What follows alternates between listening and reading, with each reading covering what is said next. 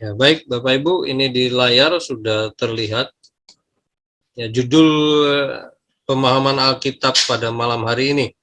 Ya, pemahaman Alkitab pada malam hari ini diselenggarakan oleh Hikmat Ministry. Dan kalau Bapak Ibu ada yang ingin tahu tentang pelayanan Hikmat Ministry, bisa kunjungi websitenya di www.hikmatministry.com. Ya. Baik Bapak Ibu, saya akan langsung saja, mari kita lihat slide yang berikut. Nah Bapak Ibu, untuk pembahasan pertama, saya akan membahas sedikit soal nama Lucifer. Ya, jadi Lucifer itu Bapak Ibu, itu sebenarnya orang tahu soal kata Lucifer itu kebanyakan dari Alkitab bahasa Inggris versi King James. Ya, sekali lagi banyak orang tahu soal kata Lucifer itu dari Alkitab versi King James, juga ada beberapa versi Alkitab bahasa Inggris yang lain. Nah, mereka itu mencantumkan kata Lucifer. Tepatnya itu lokasinya di Yesaya pasal 14 ayat 12 ya. Yesaya 14 ayat 12. Ya, di situ dikatakan, wah engkau sudah jatuh dari langit, hai bintang timur, putra fajar, engkau sudah dipecahkan dan jatuh ke bumi, hai yang mengalahkan bangsa-bangsa. Jadi Bapak Ibu, kata Lucifer itu sebenarnya posisinya itu ada di bagian kata bintang timur. Jadi kata bintang timur ini itu sebenarnya di dalam Alkitab King James itu disebut Lucifer. Ya, hai Lucifer. Nah, Bapak Ibu, sebenarnya kata Lucifer ini adalah kata Latin. Jadi bukan kata Ibrani, juga bukan kata dalam bahasa Inggris, tapi kata Latin. Aslinya itu seperti itu. Dan kata Lucifer ini berasal dari satu Alkitab, ya. Alkitab dalam bahasa Latin, yaitu Alkitab Vulgata. Jadi kalau Bapak Ibu nanti bisa browsing di Google, sebut aja, tulis saja Vulgata. Ya, itu Alkitab dalam terjemahan bahasa Latin. Jadi Alkitab itu pernah diterjemahkan dalam bahasa Latin. Ya, jadi sekali lagi kata Lucifer itu sebenarnya terjemahan dalam bahasa Latin. Jadi Bapak Ibu, apakah Lucifer itu nama asli dari yang disebut bintang timur ini? Tentu saja bukan. Ya, karena itu sekali lagi dalam bahasa Latin. Nah, seperti yang kita ketahui bersama, bahasa Alkitab Perjanjian Lama itu sebenarnya ada dua jenis bahasa yang dipakai ya dalam Perjanjian Lama. Yang paling banyak itu adalah bahasa Ibrani, kemudian ada bahasa lain yaitu bahasa Arab. Ya, jadi Alkitab Perjanjian Lama itu bahasa aslinya itu sebagian besar dalam bahasa Ibrani, kemudian ada lagi dalam bahasa Arab. Ya. Nah, kata bintang timur ini Bapak Ibu itu dalam bahasa Ibraninya itu adalah Heilel. Ya, jadi seharusnya ini hai Heilel.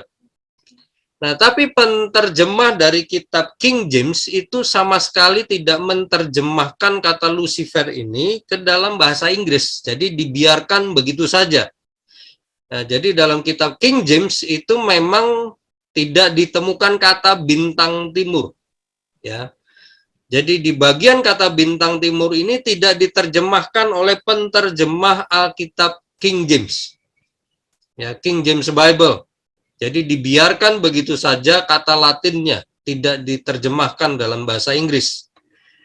Jadi kalau Bapak Ibu mau tahu asal muasal kata Lucifer itu adalah yang seperti sudah saya jelaskan. Jadi ini bukan dari bahasa Ibrani. Kalau Bapak Ibu bertanya siapa nama sebenarnya, ya kalau menurut pendapat saya pribadi itu adalah Heilel. Nah, Bapak Ibu, kata bintang timur ini ditujukan kepada siapa? Memang sebenarnya kata bintang timur ini ditujukan kepada seorang raja, ya. Tapi sekalipun itu ditujukan kepada seorang raja, banyak ahli kitab yang kemudian mereka sepakat bahwa sebenarnya ini bukan hanya kepada raja tersebut, ya. Jadi raja yang pernah memerintah di era Perjanjian Lama, ya. Tapi ayat ini juga disepakati bahwa ini merujuk kepada satu pribadi dan itu bukan manusia, ya. Tapi yang kemudian kita kenal sebagai iblis. Nah, Bapak Ibu, kalau Bapak Ibu nanti setelah ini saya akan tunjukkan, kita akan melihat siapa sebenarnya si iblis ini, ya. Namun untuk awal saya sudah sampaikan bahwa nama dari pribadi yang satu ini itu aslinya adalah Helen, bukan Lucifer. Lucifer itu kata dalam bahasa Latin. Nah, baik, mari kita lanjutkan Bapak Ibu. Nah, kalau Bapak Ibu itu periksa Yehezkiel pasal 28 ayat yang ketiga sampai 19.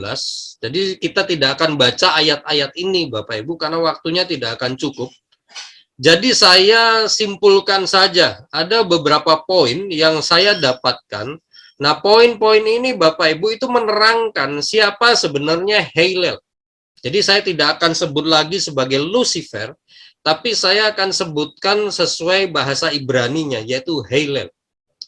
Jadi di dalam Yehezkiel 28 ayat 3:19 itu ada keterangan-keterangan yang menerangkan si malaikat yang namanya Hillel ini. Yang kemudian setelah dia jatuh di dalam dosa, kemudian dia disebut oleh Alkitab sebagai iblis atau Satan.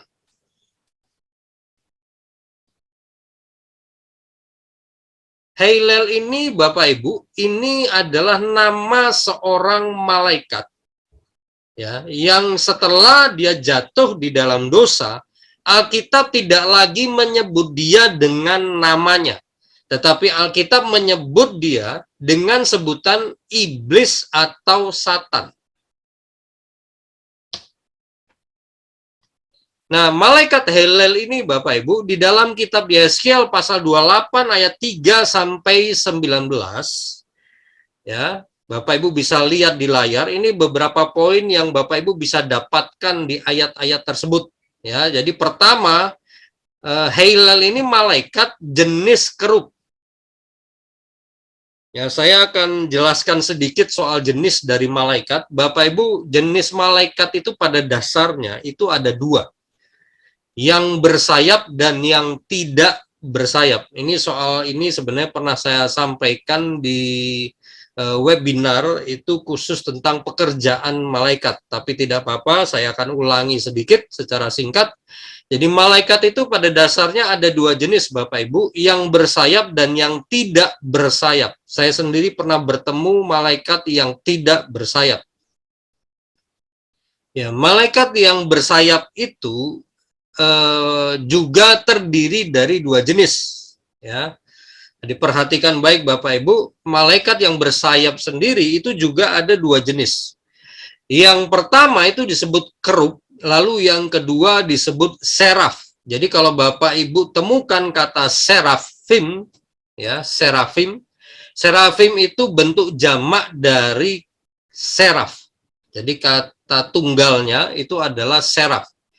Seraf dan kerub itu adalah jenis malaikat bersayap. Bedanya adalah kalau kerub itu malaikat yang sayapnya sepasang. Jadi gambarnya itu bisa Bapak Ibu lihat di layar. Itu malaikat yang bersayap sepasang. Nah, tetapi Bapak Ibu, jenis yang seraf itu sayapnya lebih dari sepasang. Di Alkitab dicatat seraf ini sayapnya ada 3 pasang, ya. Jadi Bapak Ibu akan temukan baik kerub maupun seraf. Ya, kalau Bapak Ibu baca kitab Kejadian, malaikat yang menjaga Taman Eden setelah Adam dan Hawa diusir dari Taman Eden, itu jenisnya adalah kerub. Jadi Bapak Ibu nanti bisa lihat itu di kitab Kejadian, ya, pasal 3. Malaikat yang diutus Tuhan untuk menjaga jalan masuk menuju Taman Eden dijaga oleh kerub. Nah, yang kedua, poin kedua, keterangan berikutnya adalah Heilel ini malaikat yang cantik dan sangat indah. Jadi Bapak Ibu, malaikat yang satu ini memang wujudnya terlihat cantik dan juga sangat indah. Ya, Bapak Ibu bisa nanti temukan itu ya di Yeskiel 28 ini. Nah, yang lain adalah dia diciptakan dengan kemampuan bermain musik. Sampai ada beberapa pengajar Alkitab yang kemudian mengatakan, menggambarkan bahwa di tubuhnya si Heilel ini itu menggantung beberapa jenis alat musik. Ya, kalau saya terus terang ini terasa konyol juga. Ya, kalau saya baca di Yeskiel pasal 28, itu dikatakan bahwa pada hari Heilel ini diciptakan, Bapak Ibu, dia diciptakan dengan kemampuan bermain alat musik. Itu ada kalimat seperti itu, ya, diberi kemampuan. Nah, Bapak Ibu, hanya masalahnya kalau Bapak Ibu baca dalam versi bahasa Indonesia, LAI, kalimat di bagian yang satu ini, itu tidak dituliskan. Jadi tidak ada bagian ayat yang mengatakan bahwa Heilel ini diberi oleh Tuhan kemampuan bermain musik di dalam versi bahasa Indonesia. Tapi kalau Bapak Ibu lihat dalam versi King James dan juga terjemahan Alkitab bahasa Inggris yang lain, Bapak Ibu akan menemukan ada keterangan bahwa Heilel ini diberi sama Tuhan kemampuan bermain musik, bahkan lebih dari satu jenis alat musik. Ya, kalau Bapak Ibu lihat di kitab Yeskiel, kemudian di kitab Yesaya, Bapak Ibu akan menemukan ada beberapa alat musik yang bisa dimainkan oleh Heilel.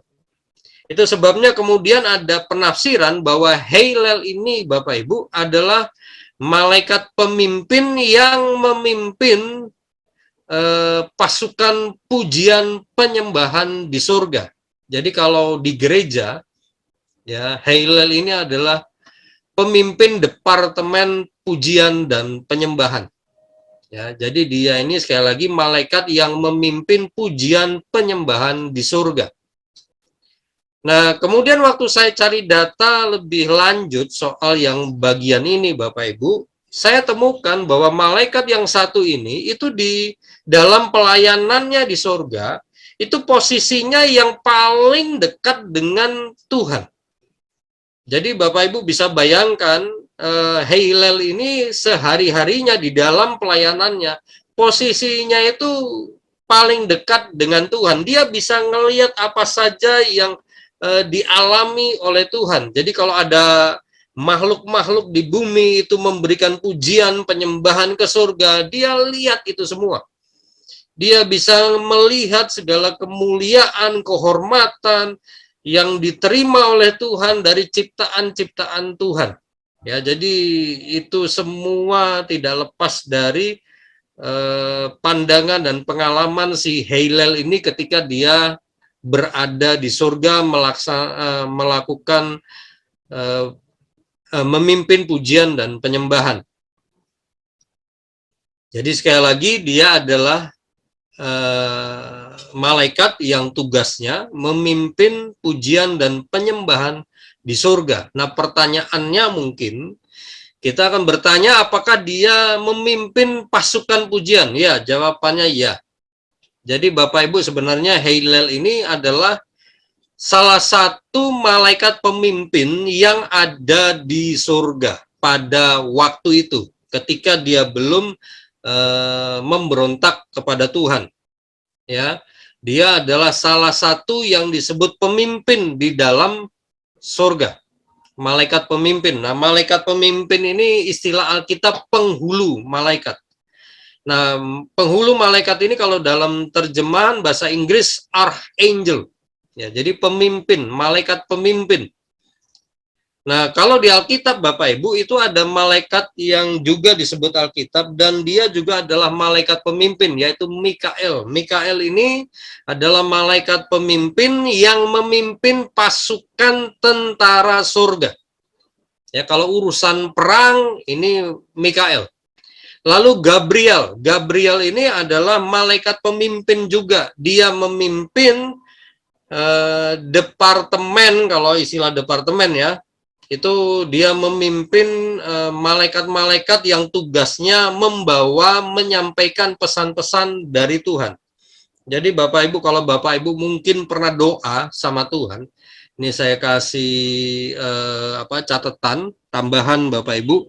Kalau Bapak Ibu pernah doa sama Tuhan, Tuhan saya punya pertanyaan saya begini, tolong jawab pertanyaan saya Tuhan. Nah Bapak Ibu, kalau Bapak Ibu suatu ketika setelah bertanya sama Tuhan, tiba-tiba jawaban itu muncul di hati Bapak Ibu, saya mau beritahu, ada kemungkinan itu yang memberikan jawabannya bukan Tuhan secara langsung, tapi bisa jadi malaikat pembawa pesan itu datang secara pribadi kepada Bapak Ibu dan kemudian memberikan jawabannya. Nah, yang Bapak Ibu rasakan adalah jawabannya tiba-tiba muncul di dalam hati. Saya sendiri pernah ngalami Bapak Ibu, ada malaikat datang kepada saya, kemudian dia memberikan jawaban dari pertanyaan saya. Ya, pertanyaan saya kepada Tuhan. Nah, mari kita lanjut Bapak Ibu soal si Hillel ini. Nah, Hillel ini Bapak Ibu, Alkitab menyebutkan dia lebih berhikmat dari Daniel. Maksudnya apa? Maksudnya hikmat yang dimiliki oleh Hillel itu lebih tinggi dari Daniel. Nah, Daniel sendiri Bapak Ibu mungkin tahu bahwa hikmat yang diberikan Tuhan sama dia itu lumayan tinggi, sampai Alkitab menyebutkan dia 10 kali lebih cerdas dari orang-orang bijak yang ada di Babel, di kerajaan Babel. Jadi bayangkan Bapak Ibu, itu saja sudah sangat cerdas. Tapi Alkitab menyebutkan bahwa malaikat Hillel ini hikmatnya lebih dari Daniel. Jadi makhluk yang satu ini tidak bodoh Bapak Ibu. Dia malaikat yang sangat cerdas. Diberi sama Tuhan hikmat yang melebihi hikmat Daniel. Nah kemudian ada keterangan juga disebutkan bahwa Hillel ini adalah kerub yang diurapi oleh Tuhan. Jadi perhatikan baik ya Bapak Ibu. Dia diberi kemampuan oleh Tuhan untuk bermain musik. Dia juga diberi hikmat dalam kapasitas tertentu ya pada waktu dia diciptakan. Kemudian dia juga diurapi oleh Tuhan dengan porsi urapan atau kuasa tertentu. Jadi sekali lagi Bapak Ibu, ini sebagai catatan tambahan, setiap malaikat yang ada di surga diurapi oleh Tuhan. Pertanyaannya kenapa? Karena mereka harus melaksanakan tugas-tugas dari Tuhan. Nah, Bapak Ibu, kalau ada orang katanya diurapi oleh Tuhan, itu tujuannya adalah untuk kepentingan kerajaan Allah, untuk melaksanakan tugas-tugas dari Tuhan. Itu sebabnya Bapak Ibu, kalau Bapak Ibu merasa sudah diurapi Tuhan, tapi tidak melakukan apa-apa demi kepentingan kerajaan Allah, Bapak Ibu harus koreksi diri. Itu saran saya. Karena setiap orang itu diurapi bukan tanpa maksud. Setiap malaikat yang ada di surga diurapi oleh Tuhan itu dengan maksud tertentu, yaitu untuk melaksanakan tugas dari Tuhan. Jadi Tuhan itu ngasih mereka pekerjaan. Bapak Ibu, di surga itu tidak ada satupun pribadi yang di sana itu jadi pengangguran.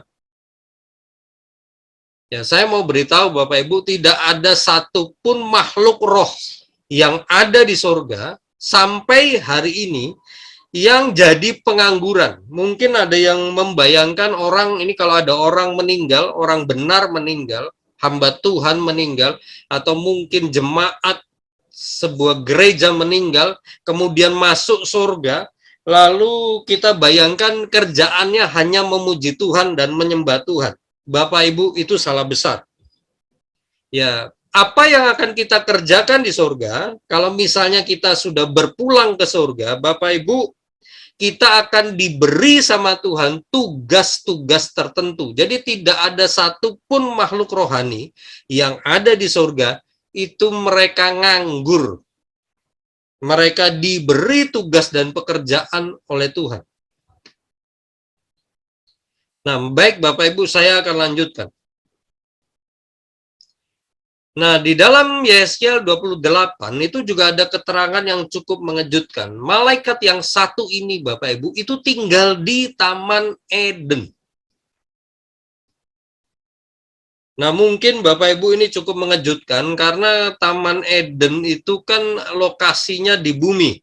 Kenapa disebut Taman Eden? Karena taman yang satu ini itu dibuatnya di lokasi yang namanya Eden, dan itu di bumi, bukan di sorga. Tetapi Alkitab mengatakan dia tinggal di Taman Eden. Nah, itu berdasarkan Yesaya pasal 28. Dan saya coba cek dalam bahasa aslinya, itu juga disebut Eden. Nah, ini saya cukup bingung waktu membaca poin yang satu ini. Lalu saya tanya ke Tuhan, kemudian Tuhan jelaskan secara sederhana begini. Jadi Bapak Ibu, kenapa taman ini, walaupun di surga kemudian disebut juga oleh Alkitab sebagai Taman Eden, karena taman ini Bapak Ibu, yang tadinya itu lokasinya di surga, kemudian diturunkan Tuhan di wilayah yang namanya Eden. Jadi wilayah Eden yang ada di bumi itu sebenarnya dibuat berdasarkan apa? Rencana Tuhan yang sebenarnya sudah dipikirkan oleh Tuhan di surga. Jadi sebelum wilayah itu dibuat di bumi dan kemudian diberi nama Eden, memang itu sudah menjadi rencana Tuhan. Jadi itu sebabnya kata Taman Eden ini muncul juga di kitab Yeskiel, dan ini menerangkan soal Hillel. Nah, mungkin kita akan berkata, Pak, mungkin waktu Taman Eden dibuat sebelum Adam dibawa masuk, si Hillel itu ada di situ tinggal. Itu tidak mungkin, Bapak Ibu. Kenapa? Karena Hillel ini kemudian jatuh di dalam dosa itu sebelum Adam masuk Taman Eden. Jadi tidak mungkin malaikat ini itu sudah tinggal di Taman Eden di bumi sebelum Adam dibawa Tuhan masuk ke Taman Eden. Nah, sekarang pertanyaannya, kalau begitu sebenarnya nama Taman Eden ini, taman yang dimaksud ini taman apa? Nah, Bapak Ibu, ada istilah lain untuk taman yang ada di surga. Di Alkitab ada istilah Taman Firdaus. Kalau Bapak Ibu ingat waktu Tuhan Yesus bicara dengan salah satu penjahat yang ikut disalib bersama Tuhan Yesus bilang, pada hari ini juga engkau akan bersama-sama aku di Firdaus. Nah, Firdaus inilah yang dimaksud Taman Eden di Yeskiel 28 ini. Jadi Bapak Ibu, Taman Eden yang ada di bumi itu sebenarnya adalah Taman Firdaus yang tadinya lokasinya itu ada di surga, yang kemudian ditumbuhkan Tuhan dalam wujud fisik di wilayah yang namanya Eden. Jadi di sini kita sudah bisa melihat sebelum Taman Eden dibuat, Tuhan sudah merencanakan bahwa akan ada satu taman yang lokasinya di Eden. Sebelum dia menciptakan, dia sudah merencanakannya. Nah, Hillel ini Bapak Ibu, itu adalah penghuni dari Taman Firdaus. Sebelum taman ini ditumbuhkan di bumi. Nah, kemudian Alkitab juga mengatakan bahwa Hillel ini ditempatkan oleh Tuhan, diposisikan oleh Tuhan juga itu di Gunung Kudus Allah. Nah, yang saya belum tahu, apakah ada hubungan antara Taman Firdaus dan Gunung Kudus Allah? Ada kemungkinan Taman Firdaus ini lokasinya di Gunung Kudus Allah. Atau mungkin ini ada pengertian lain, ada maksud lain kenapa dikatakan bahwa dia ditempatkan, diposisikan di Gunung Kudus Allah. Apakah itu tugasnya dia ada di sana? Saya tidak tahu persis. Tapi yang saya tahu memang di sorga sana, Bapak Ibu, itu memang ada Gunung Kudus Allah. Bapak tahu dari mana? Saya tahu dari orang yang pernah dibawa Tuhan ke sorga. Jadi Bapak Ibu perlu tahu bahwa ada beberapa lokasi di bumi ini sebenarnya itu dibuat berdasarkan model yang ada di sorga. Taman Eden itu betul-betul taman Firdaus yang kemudian ditumbuhkan di Eden. Nah, dari sini kita bisa belajar begini Bapak Ibu, bahwa segala sesuatu, bahwa apa yang ada di surga, itu bisa saja kemudian dimunculkan secara fisik di bumi.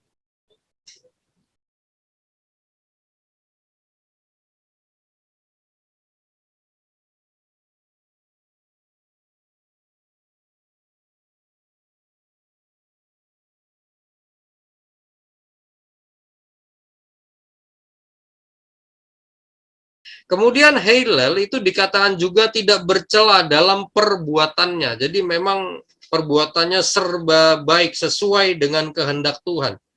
Nah, dosanya Bapak Ibu, ini yang Bapak Ibu perlu tahu. Sebenarnya dosanya Hillel ini apa sih sampai dia diusir, dibuang dari surga? Nah, Bapak Ibu, dosanya adalah kesombongan. Hati-hati dengan dosa kesombongan, karena itu ada dosa yang sama yang dilakukan oleh Hillel. Kenapa dia sombong Bapak Ibu? Yeskel 28 menyebutkan, dia menjadi sombong karena kecantikannya, karena keindahannya. Dia lupa, dia cantik dan indah itu karena karya Tuhan.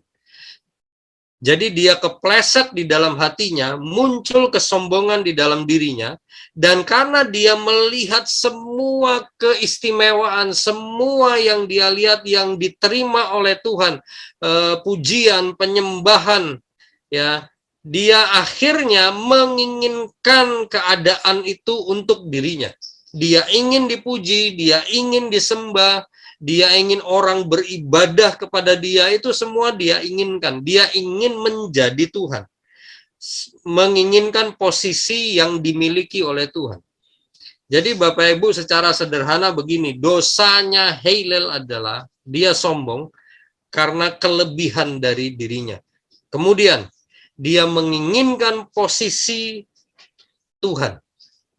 Nah, Bapak Ibu hati-hati kalau kita misalnya menginginkan posisi orang. Itu dosa yang sama yang dimiliki oleh Lucifer atau Hillel. Ya, jangan menginginkan posisi orang lain.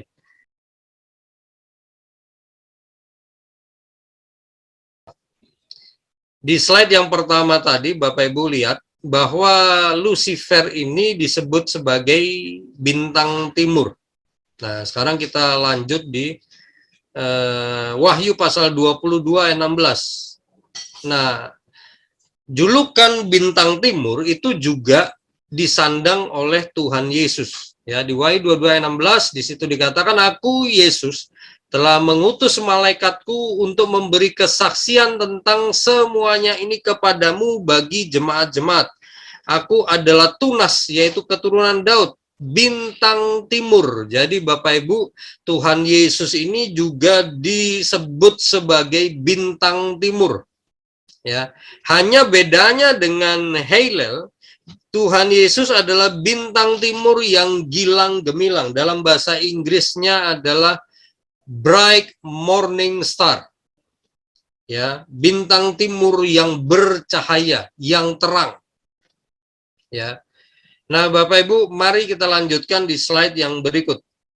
Nah, sekarang kita akan belajar soal iblis dan Satan.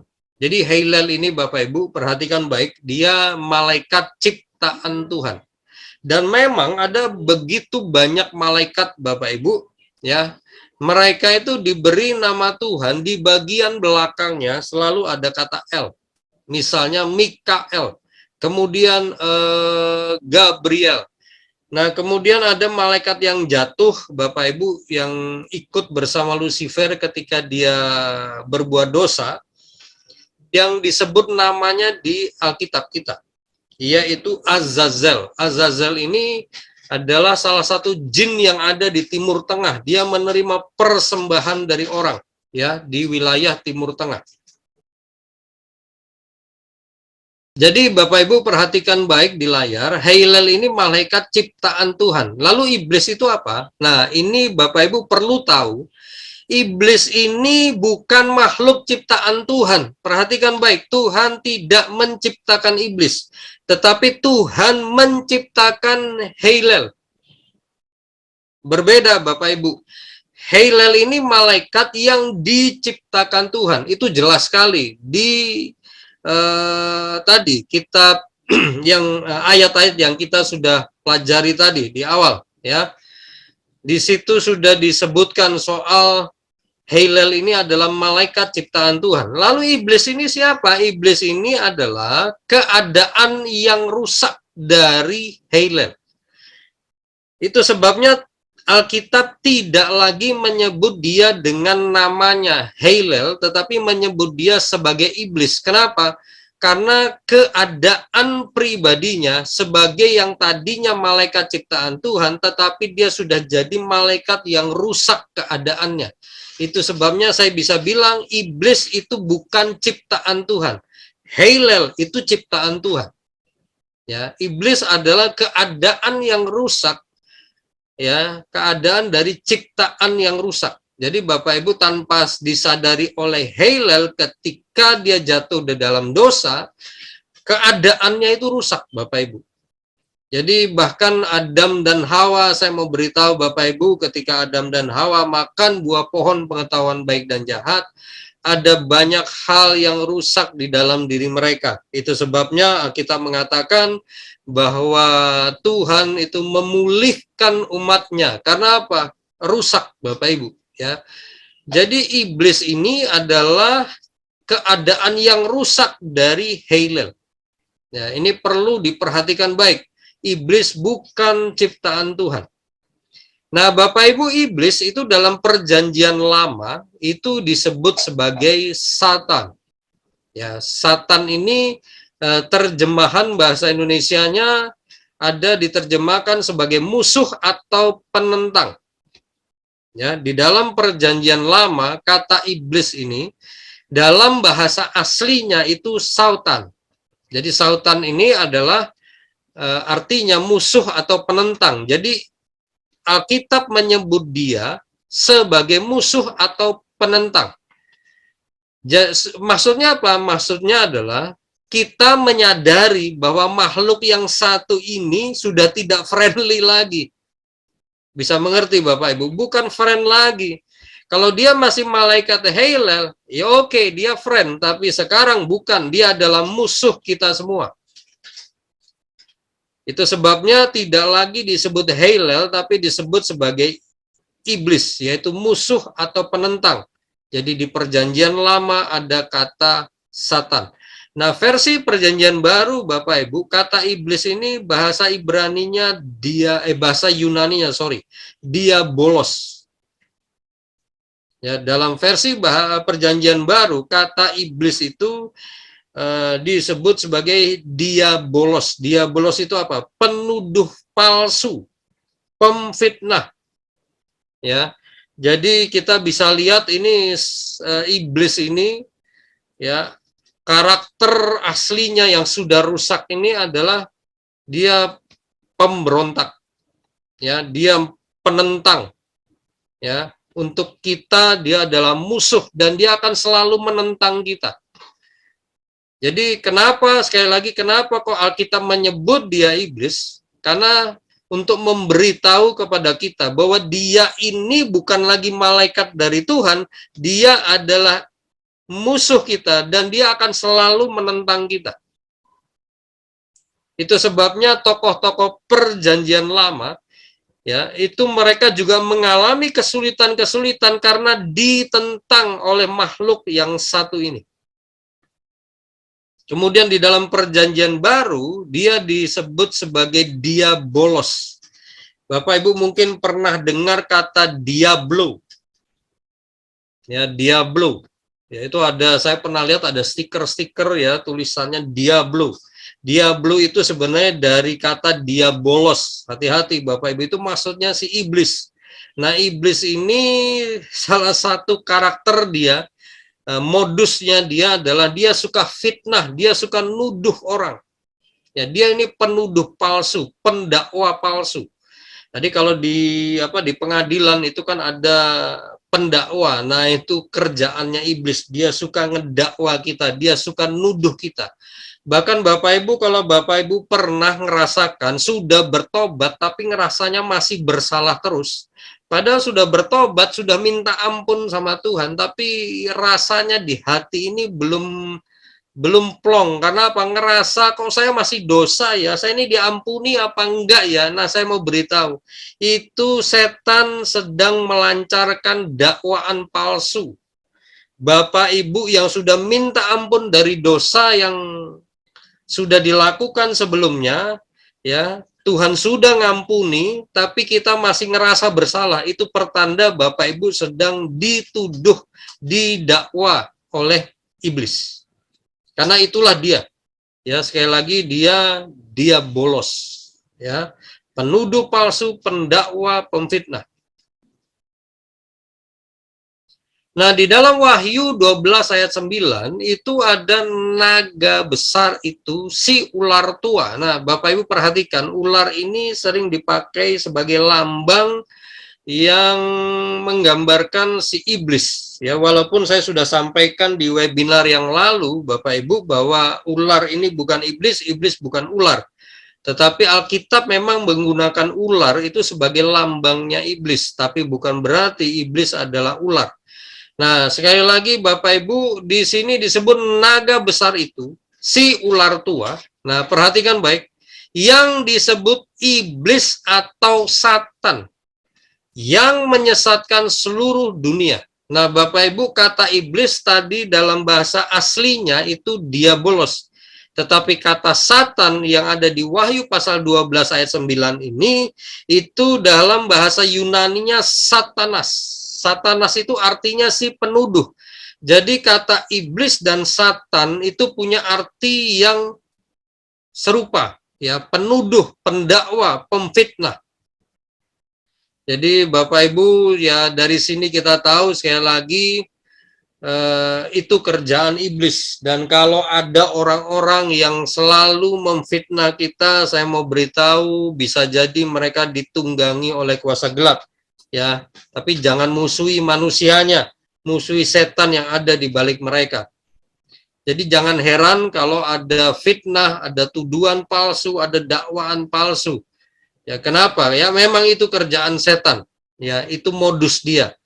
Ya.